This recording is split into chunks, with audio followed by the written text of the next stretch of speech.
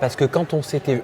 On est transparent. Hein. Ouais. Quand on s'était vu pour l'interview en toute intimité qu'on avait faite dans mes studios, tu me l'avais confié en off. Et tu avais vu le petit ventre qui Tu m'avais montré ton petit ventre avant qu'on commence l'ITV. Par respect, bien évidemment, je t'ai posé aucune question là-dessus. Et tu l'as jamais dit. Et c'est normal. Et aussi pour ça, c'est aussi pour ça que j'ai énormément confiance en toi, parce que pendant toutes ces années, je t'ai dit des choses parfois et tu ne l'as jamais balancé.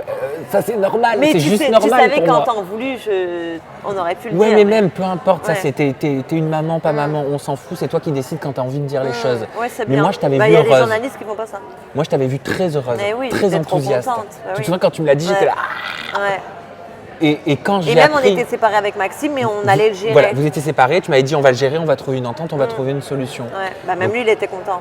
Quand j'ai appris ça, je t'ai envoyé un petit message pour savoir comment tu allais. Tu m'as expliqué, mais j'ai plus trop de nouvelles du papa, de Maxime.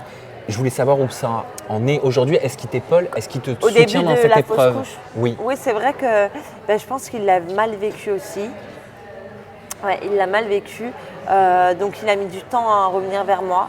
Mais il est revenu vers moi et il m'a dit qu'en tout cas, il serait toujours là si j'avais besoin. Et il est venu parce que je me suis fait opérer. J'ai eu un curetage et du coup, je ne pouvais pas bouger. J'étais très mal en point, physiquement. Je peux me permettre de te demander comment ça se passe? En fait, je rentre à l'hôpital le matin. Moi, je suis restée une nuit là-bas. Et tu es en anesthésie générale et il t'aspire, quoi. Tout. T'étais enceinte de combien de temps? 3 mois. Donc j'étais très mal en point physiquement après et j'étais seule pour m'occuper de Luna. Donc il est venu, il m'a dit non mais j'arrive, je viens et le lendemain il était là. Et c'est lui qui s'est levé, c'est lui qui donnait à manger à Luna, c'est lui qui lui donnait le bain, qui faisait tout ça quoi. Donc il est quand même très présent malgré tout. Est-ce que tu penses que ça a fragilisé votre couple? Est-ce que c'est une peur que tu avais peut-être aussi? De perdre ton enfant, votre enfant? Ouais, parce que c'est une épreuve dans un couple. Oui, en fait, là on n'est vraiment plus ensemble et on sait qu'on a du mal à s'entendre en tant que couple, en tant que parents. Donc, non, je pense que la fausse couche, ça nous renforce dans le sens où ça nous rapproche. En final, ça nous a rapprochés, celle-ci. La première nous a éloignés et celle-ci, elle nous a rapprochés.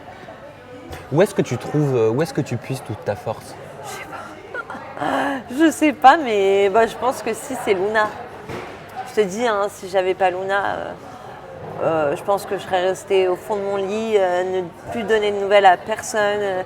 Je suis même plus allée sur les réseaux pendant une semaine, ça me ressemble pas du tout.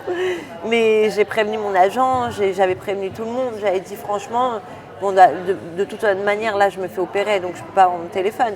Mais là j'ai besoin de couper.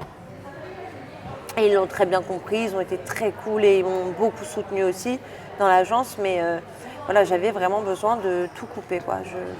Et je sais pas comment... comment j'ai surmonté tout ça, c'est d'avoir Luna. Si j'avais pas eu Luna à la maison, c'est grâce à elle quand même que j'ai dû refaire à manger, que j'ai dû refaire les petites choses simples de la vie, mais que j'avais vraiment plus envie de faire. Et elle me redonne le sourire au quotidien. Et puis je me dis, j'ai pas le droit de me laisser aller, elle va faire quoi sinon?